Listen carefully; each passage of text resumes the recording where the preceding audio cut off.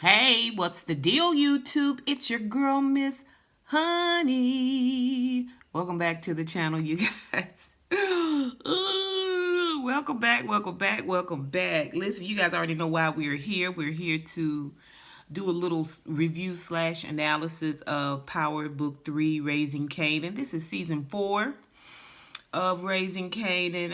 And I'm told that there's a season 5 already slated.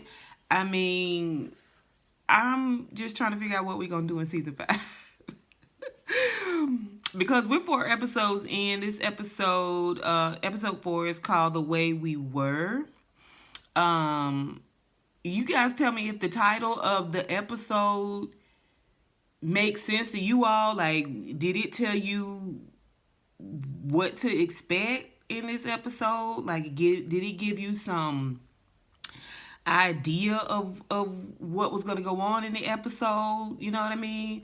Let me know, because I just feel like the titles don't really line up with what the episode turns out to be. So that's the first thing. I don't know what we're going to do in episode 5. We're on episode 4, and everything is just moving so fast. We don't really have time for anything to make sense. So I would love to hear from you guys down below if you think the episode made perfect sense to you. Like, were you like, okay, yeah, because I was not. I was just like, what are we doing here? What are we doing?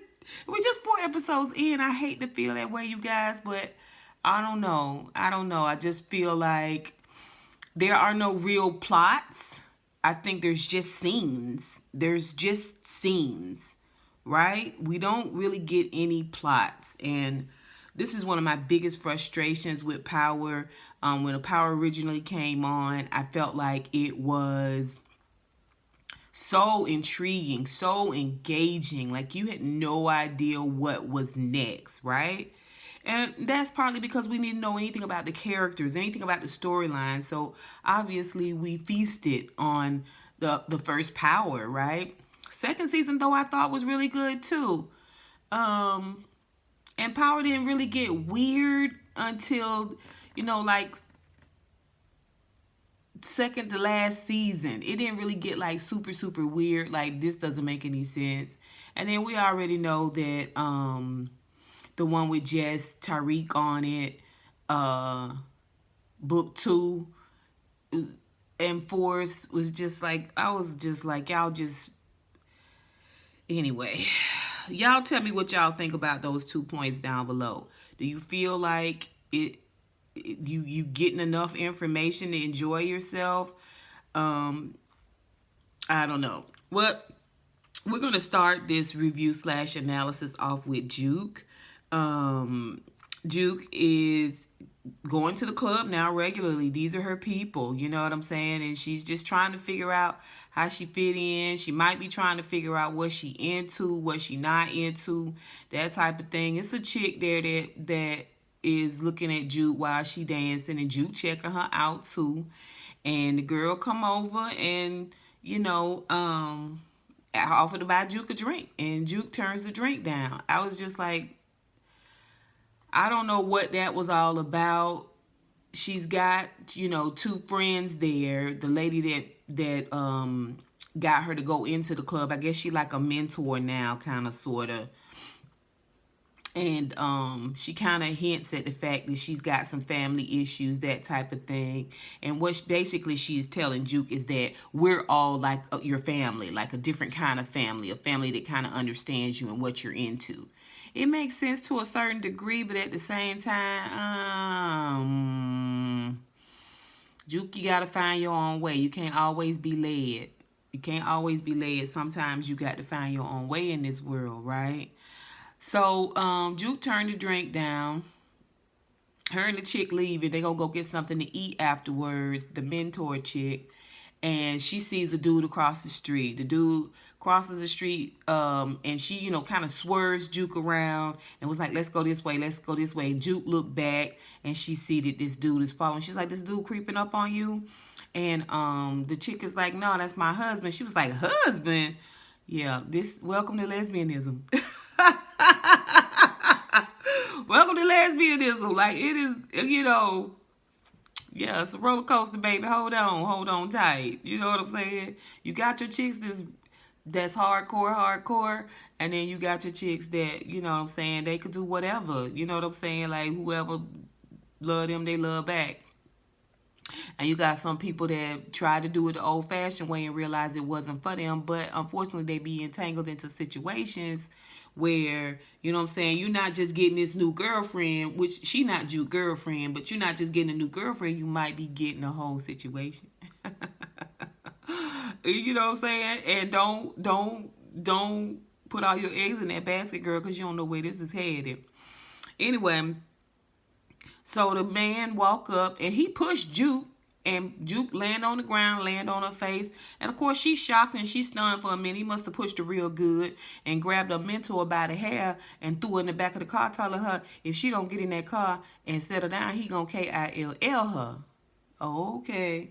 Okay, so when Juke get home, she putting ice on her cheek. Marvin come in, right? And he want to know what the duck went on. Well, you know, her and Marvin don't have no secrets from each other anymore. So she let him know. And so Marvin gather her up and take her over there to where this man live. Now, Juke, I guess, overheard the lady say where he live and what floor he on. And so Marvin get ready to go up there. When he get ready to go up there, he take out his GUN. And she tell him to leave the GUN in the car. Okay? Now, Juke done had a long week, whatever. She got a lot going on. Now, Kanan want her to be friends with Crystal. Okay? And they supposed to hang out. But when she go over there, Kanan kind of ditch her and just tell her, why don't y'all make nice with one another? Well, no, we're not going to make nice, Kanan, because she had me jumped. She had me jumped. Now, I don't like her. You not supposed to like her either. Everybody know that. That's cousin 101. That's cousin 101. I mean, I could see you smashing Crystal, Kanan, but yeah, you have no loyalty to Crystal because Crystal had your cousin jumped by 2 chicks. They was gonna slice her. Anyway, so now she, you know, trying to find family. She, you know, Marvin want to settle it, but I feel like Juke could have stopped that situation. But at the same time, she feel like the mentor is part of her family too. And the man did push her down hard on the ground, all right? I thought it was going to be like a Rock Juliana situation where, you know, Juliana had an issue with her husband putting his hands on her and Rock settled it. You know what I'm saying? I thought we was going to do that, but no. They tried to switch it up a little bit. It was still kind of the same, but not quite, right? Like Rock knew what she was going to do all along. Juke just wanted this guy roughed up and to stay away from her mentor and never put his hands on her again. So when Marvin get ready to take the gun, she didn't want him to take the gun. And he was like, well, this to keep everything from getting crazy. And she was like, please just leave it in the car, which he did. And she made a note of the time that he goes into the building, right? This broad daylight, mind you. He go in the building, knock on the man door. Now, all he knew was the 3rd floor. I don't know how he figured out the apartment, but that's fine. We're not going to pick at them scabs. Knocks on the door. The man's like, what the deuce? What do you want? Who is at the door? Marvin don't answer. Knock again. Boom, boom, boom, boom, boom, boom, boom. When you knock on folks' door like it's the police, I mean, you get what you get, right? So the guy comes to the door. Marvin punches him, lays him out hard, but the man don't go down without a fight. He give Marvin a run for his money, and Marvin got the fight. He got the fight. You know what I'm saying? His hands are already sore because he been mollywopping on Basie Skanks, aka Tremont. We gonna talk about that. So they get into a tussle back and forth, and Marvin tell him to keep his hands, stay away from the mentor. And Marvin turned his back. The guy grabbed a knife and he slashed Marvin's arm and his coochie sweater. What? Okay, I don't know where the snacks was because normally snacks is Marvin's superpower and it keep him from getting hurt and or recognized by by anybody while committing a crime. He didn't take his snacks or his gun. Okay, and so the man got the knife over him and Marvin underneath it. He trying to keep him from stabbing, and Juke Pow's the man in the back and KILLs him. And her And Marvin head on downstairs, and he is like, Juke, what the deuce when they get in the car? She was like, drive, Dad. And he peels off. Broad daylight. Somebody's seen you. Somebody's looking out the window when they hear a gunshot. I'm sure people next door, you're on the third floor. There's a first and second floor, maybe even a fourth floor. Somebody has heard you scuffling with this dude, right? Like somebody's seen something. You know what I'm saying? You in a candy apple red. Is it a Lexus, Acura? One of them. Like this is weird. This is what I mean by scenes, right? But it was one of the better scenes. And this scene is how the episode ends. So that's Jude. Okay. Let's talk about Unique, all right? Unique is a thorn in Rock's side, okay? He has given up. I don't know if he's just continually healing or whatever, but episode 1 and 2, I can't remember in 3, he was mentally unstable. You know what I'm saying? He was just spazzing out real bad. And not only have his wounds gotten better, even though he was patched up by a veterinarian, his wounds have gotten better. He's looking a little bit more like a regular Unique, and he is not, warring in his own mind anymore. He seems like he's calming down a little bit. We still don't get the old Unique back. We still getting weird, half Ronnie, half Unique type energy from this guy, right? And I honestly don't like Unique anymore. I was telling my Twisted Life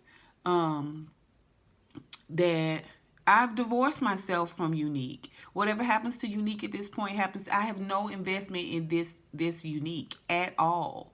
At all. Our old Unique was smart and was calculated and was suave with it. Our old Unique had built relationships with people. All right? He wasn't this desperate half, it just I don't know this person. Well, he tells Easy that he ready to show his face. At the same time, Marvin coming in the door, he checks himself and was like, well, maybe not right now. I'll hide a little bit longer. Because Early was like, look, I would never come out. This is your superpower, is nobody knows that you're still alive. So why would you want to blow that by showing everybody that you're here? The minute you show everybody you're here, they're going to know all these little things that's been going on. It's going to come back to you. Anyway, he not ready to face Marvin yet. So he heads out the back. And we see where later on he rose up to, I guess it was an old rival or something. It doesn't even matter because the guy just really was brought on this show to be killed off. Basically, I mean, not to spoil it for you, but I'm just telling you. He Unique tells him, it's Rock. Rock is the one that got beef with both of us, and we're gonna make this chick pay, right? And the guy was like, oh, okay. And he lets him in, and we're not privy to any of that conversation. It doesn't even matter. But later on, Unique brings this guy broad daylight. They both got on masks. They got on dark clothing, and they're hiding behind a canary yellow, muted canary yellow Cadillac, or I don't know what kind of car it was, but it was a big yellow car. They hiding behind it, and across the street is where Rock packages up all of her product. Quan sends the product there. They package it up. They put it in the back of a van like they making food deliveries, and they take it to all these different restaurants that's selling the product, the heroin. Broad daylight. They ain't got no lookouts. They don't have nothing. They got a door that's wide open. They in there counting money, writing it down. They rolling heroin, barrels of heroin in and out and through. I mean, I know it's the 90s, but I thought the drug game was a little bit more savvy. It's just weird. So him and this dude, Unique and this dude, this random dude, who we're not even going to bother to get to know his name, they bust in there. Unique got 2 guns. I think this guy just got 1. He goes in and immediately gets cut down.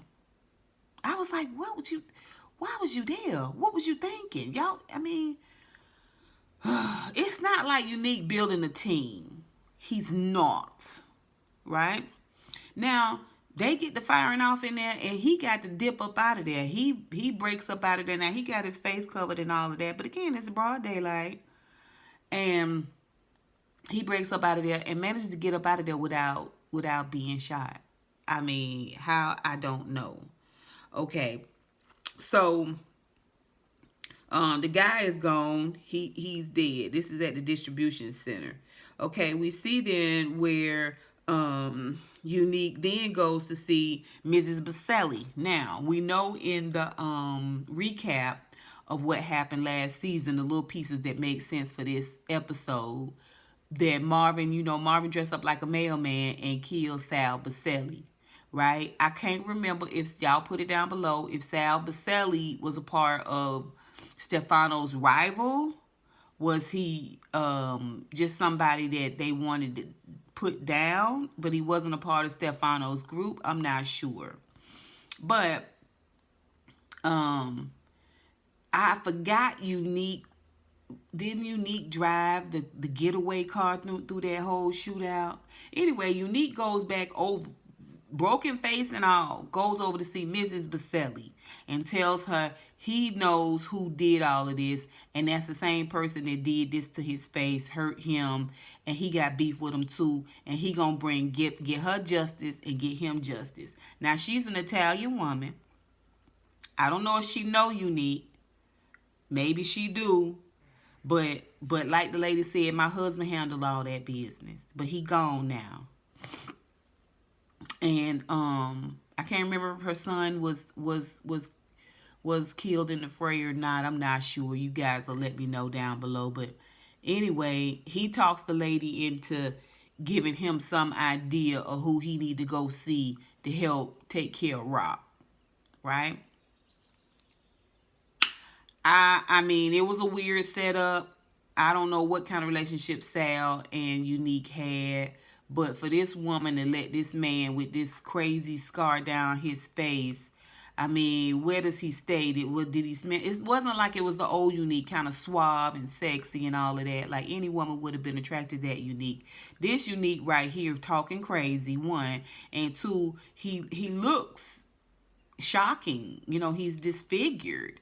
It's getting better, but still, this is a white woman. You know what I'm saying? Like, he go to reach out and touch her, and she touch her, after she get him this name on the paper. Now, I don't know who name on that paper.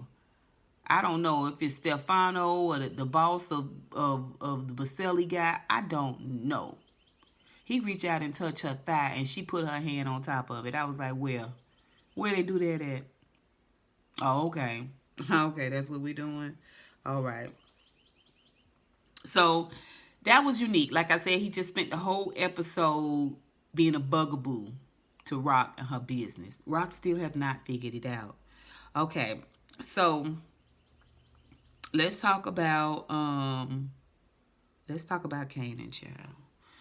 Okay, so Crystal and Kanan in their new apartment. Only the little dude that run the money for Kanan, that do all the counting and all of that stuff. And, he basically managed the bikers, the couriers.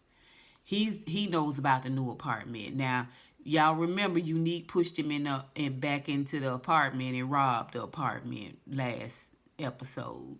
And they don't really talk about it. They just said that the young guy just said that he got hit. This all the money that's left. It's not a lot of money. And he don't know who did it. He don't have any idea who did it. And the thing about it is, something about the dude. Something about the dude. A hoodie is not an invisible cloak. Neither is a mask. I mean, remember, it's this part of his face that is so horribly disfigured. But they don't really even talk about it. The little dude leaves, and Kanan's got to go because he's got to take this money and pay Pops and Snaps, General Mills. And this is when Juke comes in and he tries to get them to be friends. It's awkward. It's weird. They just try to settle it. But I really wouldn't have nothing to do with Crystal. I don't like Crystal. I don't. I don't. And I can't wait for Crystal, for us to get rid of Crystal. Crystal can go this season if you like. I wouldn't miss her. I wouldn't think nothing of it. I don't have no respect for Crystal. So, he goes over to see Pops and Snaps and let them know the money's short. Well, who cares? They supposed to mollywop him about that money. They supposed to break a finger or a knuckle or something. I mean, but they got bigger plans in mind. They trying to, I still think Rock in on it. She could be in on it. I'm prepared to be wrong about it with the snaps and stuff. I thought maybe she was, because Rock is real sneaky. She gonna find a way to get Kanan to talk to her, to get Kanan to deal with her. And one of the ways she does it is she positions other people to corral Kanan back around to her.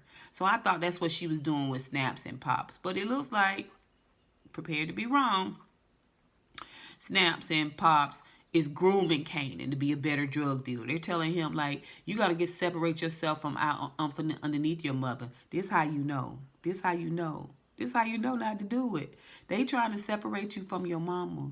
Kanan and Rock gonna always end up working together. They gonna always end up working. You not finna just bump Rock off without Kanan approval, and you not finna bump Kanan off without Rock approval. They gonna always be together. They might not be together through the whole season, but at the end of the season, it ain't gonna be nobody standing but Kanan and Rock.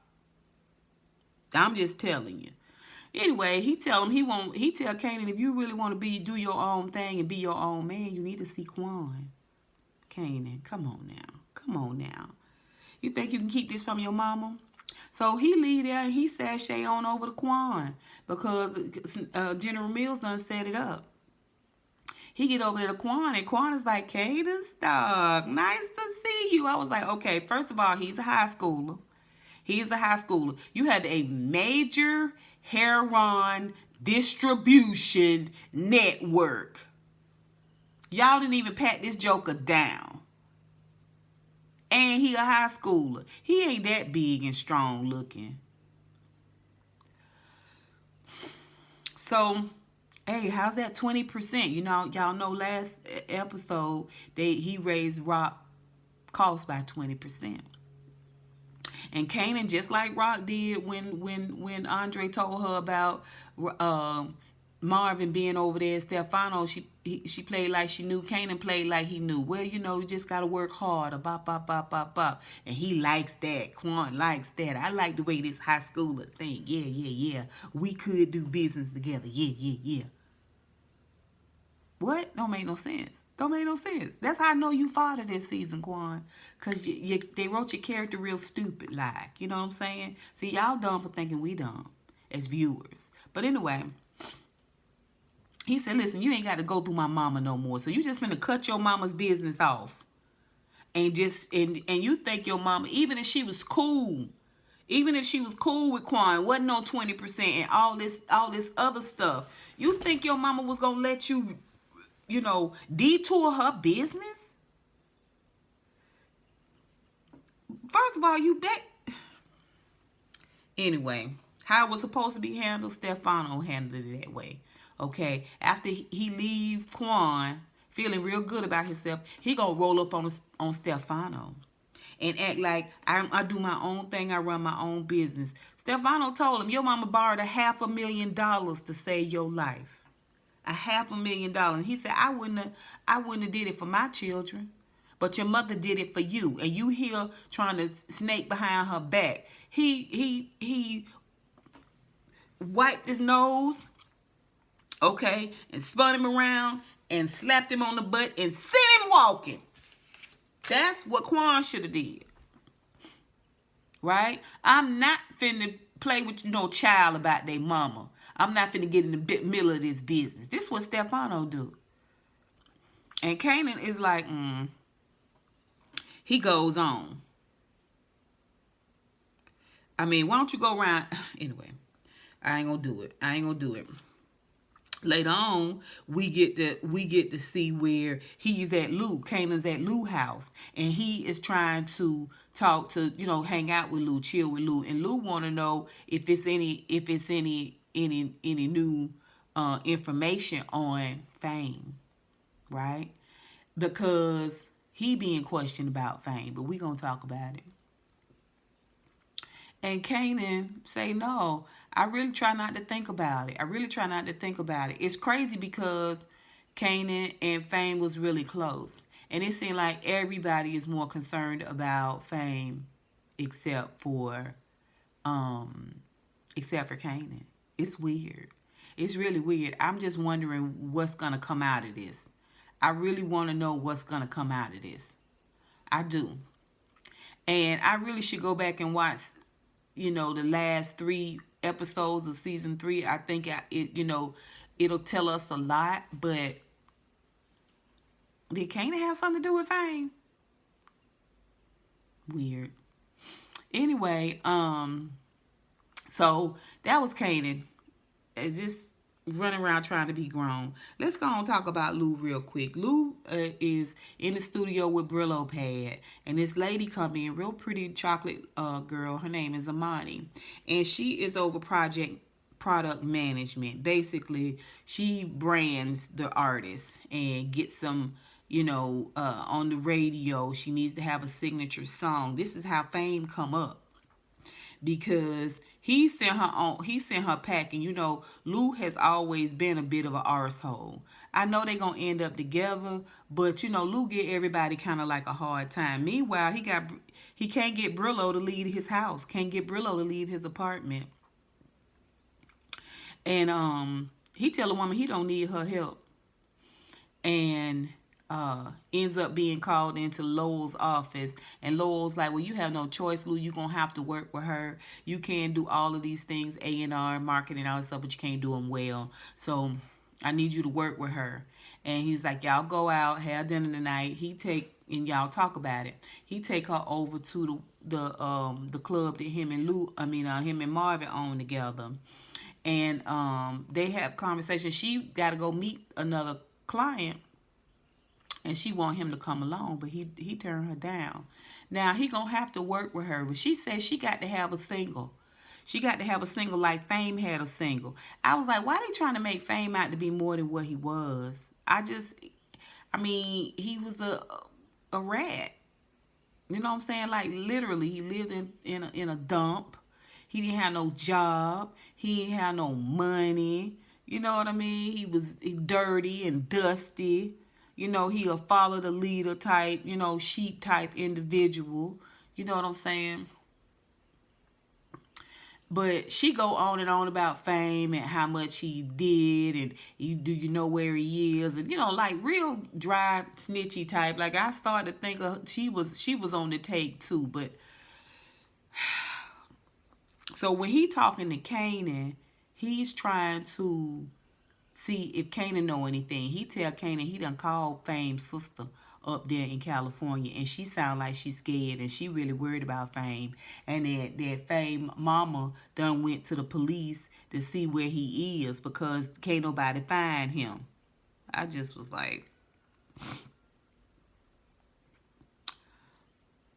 what we gonna do with this Fame situation?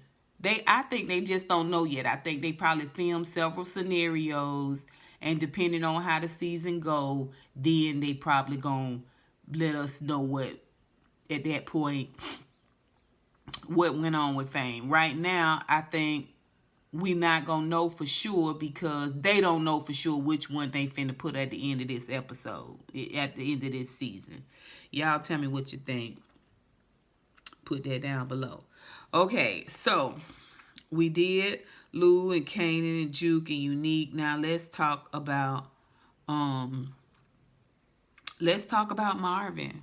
Listen, Marvin makes bad situations worse. This is who Marvin is, right? He just feels like he can saunter in somewhere with a popsicle in his mouth or sucker in his mouth, and he gonna fix it. But it always inevitably makes the situation worse. Why he would go with Juke to this man's house instead of saying, let me know where this dude live, and stalking the man out. Seeing the man on the street, mollywopping him that way. You know what I'm saying? Why would you do this? Why would you leave your gun? It didn't even, like, he makes a bad situation worse. Well, anyway, we come up on the opening of the episode and we see Tremont. Tremont's in a luxury hotel. And Marvin, you know, he good for costuming. Now, he ain't finna hide his face. He's not finna hide his face. I don't know why his face hasn't been told by multiple witnesses at all of these multiple scenes of crime all across the city. Marvin don't hide his face. Now, he will put a costume on, mailman. Here, he looks like a maintenance worker at the hotel, that sort of thing. But he don't hide his face. Okay? He kidnaps Tremont, knocks him out, throws him in a laundry bucket, and rolls him out of the hotel, takes him to an unoccupied house in the pool room, like swimming pool room, an indoor pool room, like the one that was on Ocean's 11. The fat guy was hanging out in there, hiding out in there because the people was looking for their money. It looked like the same setup. And he just mollywopping Basie / Tremont. Mollywopping. In come Rock. Rock is playing bad cop.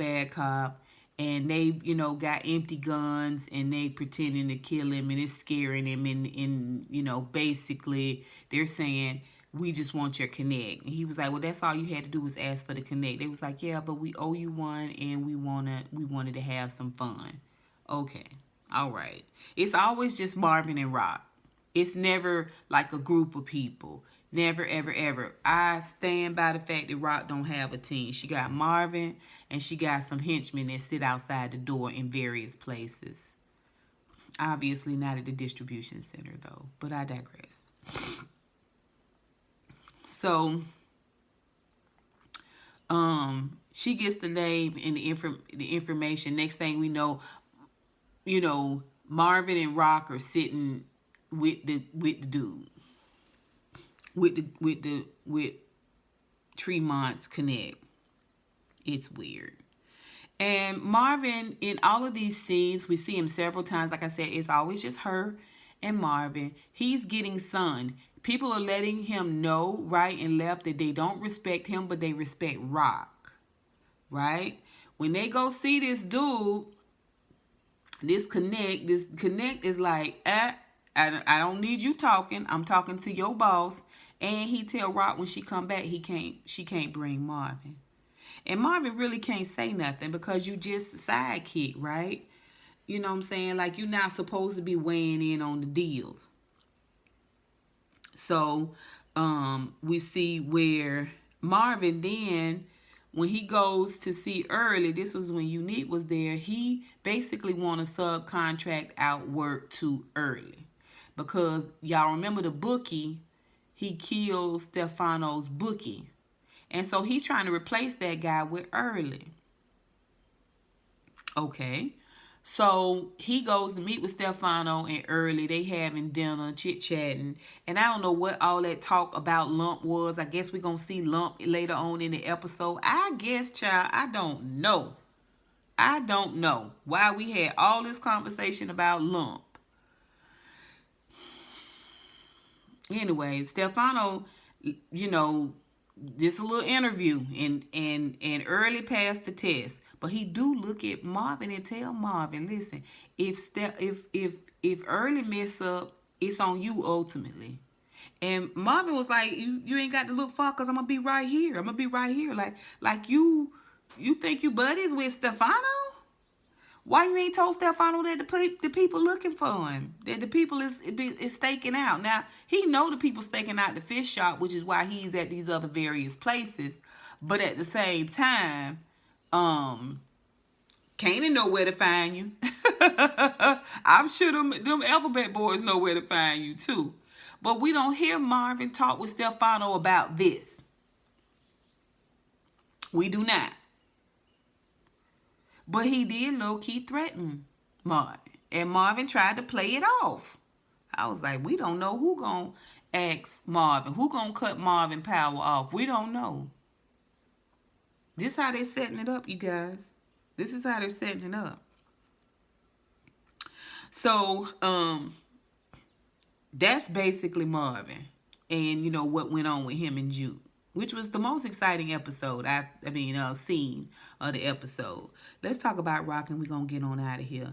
Now, Rock, when we first see Rock in this episode, she's over at her mama's house, and she giving her mama what for about the fact that she had collard greens, fried chicken, and cancer conversation with her family. Now, she stomped out of that, but now you here supposed to be giving her tea and seeing about her, but you really just want to cuss her out about the fact that she told you this devastating news and it's evoking feelings, and how dare she evoke feelings when Rock has committed to hate her all her life. Hate her mama all her life. So she pissed off that her mama making her feel sad. And this is the first time we get to see Rock with tears well up in her eyes, and it's emotional. And she does storm out again, but you can see. I don't know if she's upset because she's going to lose the person she has spent so much time and energy and invested in hating. If she really just want to be a little girl for a minute and hug her mama and just tell her how much she love her, but she's so afraid of being rejected and dejected. That could be an emotional moment for you too. And then at the same time, her mama's like, I'm sorry for everything I did. At the same time, nobody was thinking about me. An apology is one thing. Regret and remorse is another one. And Rock, like her mom, can't let her... Rock's mom, just like Rock, can't let her guard down. You see what I'm saying? They've treated each other so poorly. As the mom, though, she should have just a little bit more humility, right? One, because you're going to see the king. And two, because, you know what I'm saying, that's your daughter. That's your child. If you break, she might break. Basically, you just don't want to die alone. And Rock don't want you to die alone. She really wants you to live a little bit longer so she'll have more time. It's a weird moment. It was a good moment. It was a weird moment. And they so much alike. They so much alike. I do think Rock mama could have just been a little bit more humble. But it was good to see Rock vulnerable and visibly shaken. Okay. We see where Rock mama said all the kids got different reasons why they feel like they was mistreated. You know what I'm saying? Why they feel like she could have did better. And I thought, you know what? That's a really good point. You coming from a background where people had multiple children. Right now, people usually just have 1 or 2 kids. But back when you had 4 and 5 kids, all those personalities were different. All of those, middle kid, oldest kid, youngest kid, all of those personalities were very different. And so I enjoyed this scene with these 2 actresses. All right. So we see where, like I said, Rock goes over and she's got a busy day ahead of her, right? What happened with Rock getting shot at, though? That's what I want to know. Who was doing the shoot? Was that Ronnie and his people? Like, you've been shot at. You don't know who did that. We don't know who did that. If y'all know, y'all put it down below. You getting robbed. You find out in this episode 4, the police come to your house. And you find out about Andre, the lawyer. Finally. I mean, what, we a weekend from him being unalive by Unique? And she holds it in the road with the police, but at the same time,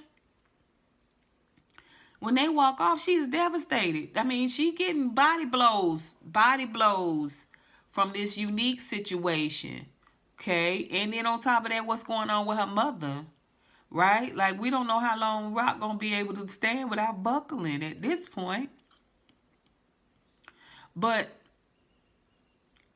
you're shocked. I'm like, did we ever address the fact that you were shot at? You know what I'm saying? Did you find out who shot at you? I might be missing something. Now you got this dude running around like you ain't got nobody on the street, Rock. You ain't got nobody on these streets keeping an eye out for what's going on. Is it because you unalive Howard? That you don't really have no eyes and ears on these streets? Now, Andre gone. So you ain't got no inside men nowhere. It's a weak point of view. But anyway, she go to see Tremont's Connect, and she let him know, no, I don't want you to be my supplier. I want to be the supplier. He tell her to come back the next day without Marvin, which she does. She goes back, and Rock is bad, baby. When I tell you she was dressed bad, she was dressed bad. But she was in a difficult position because they take her through the restaurant, out the back, and she got to get in her car. And she just don't know. She ain't got Marvin there to look out for her. And you could tell her she was trying to figure out, how am I going to get out this situation? I'm in 6-inch heels, a bodysuit, and a fur coat. Okay, that tight ponytail, all they got to do is snatch at it, baby. You down on the ground hard. She go to see the guy, and it's a very short conversation. I don't know if he just did all his research and stuff on her and he knows everything he needs to know about her. It's a very short conversation. He lets her know he gonna think about it. It's gonna require a lot of moving parts, and she's like, business is real good right now, so I can handle the extra, the payload to get set up and everything. And he was like, I'll let you know. I was like, where? Now, Rock is a beautiful woman, but she's still black, and she's still a woman.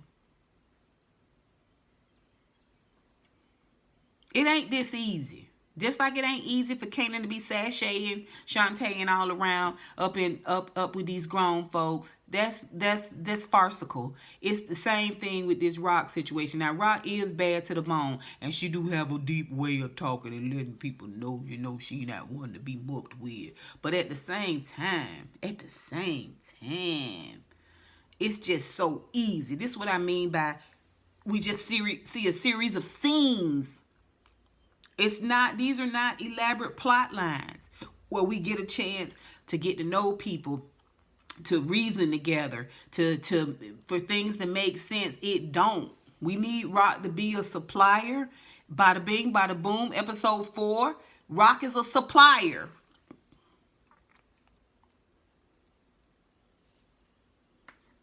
We need Kanan to move strategically in this way where he becomes Rock's arch nemesis. Bada bing, bada boom. Episode 4, Kanan makes all these big moves.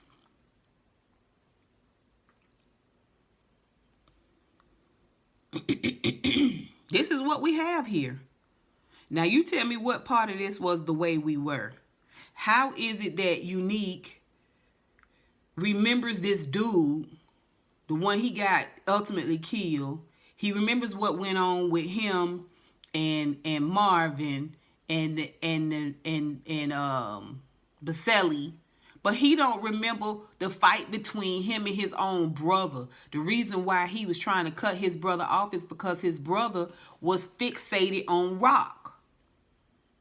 How have you left that and the fact that he split your head open? How have you left that notion of this Unique, okay, and not realize, why would Rock be working with my brother? You think this is all Rock's fault. How? The reason why you got brained is because you was trying to get your brother off of Rock. You was trying to tell your brother that Rock wasn't the problem, that he was the problem. But here you come back and Rock is the problem. You don't remember that, but you remember all these other copious things. I just don't understand. Again, scenes. What was the point in bringing Unique back? There's plenty of enemies in this. We did not need Unique to be brought back as an enemy. I don't know. Y'all tell me what you think. Y'all put it down below. I didn't mean for this review to be this long, but I feel like we need to reason together about what's going on here. because we just in episode 4. What gives? Right? What gives? Y'all tell me what y'all think. What y'all think about Imania, the chocolate lady? We know that she gonna hook up with Lou. Why was Lou talking real weird? He was just either at you know, it's kind of like half mob boss, half New York type. It was real tight lip. Like, I didn't understand what we was doing with this Lou character. What are we working on here? And y'all think Kanan had something to do with Fame? I was getting that feeling this episode. Anyway, y'all tell me what you think. Y'all put it down below. Don't forget to like, rate, comment, and subscribe. If you're not subscribed, I would love for you to do that. Listen, until next time, honeybees. Mwah, mwah, mwah.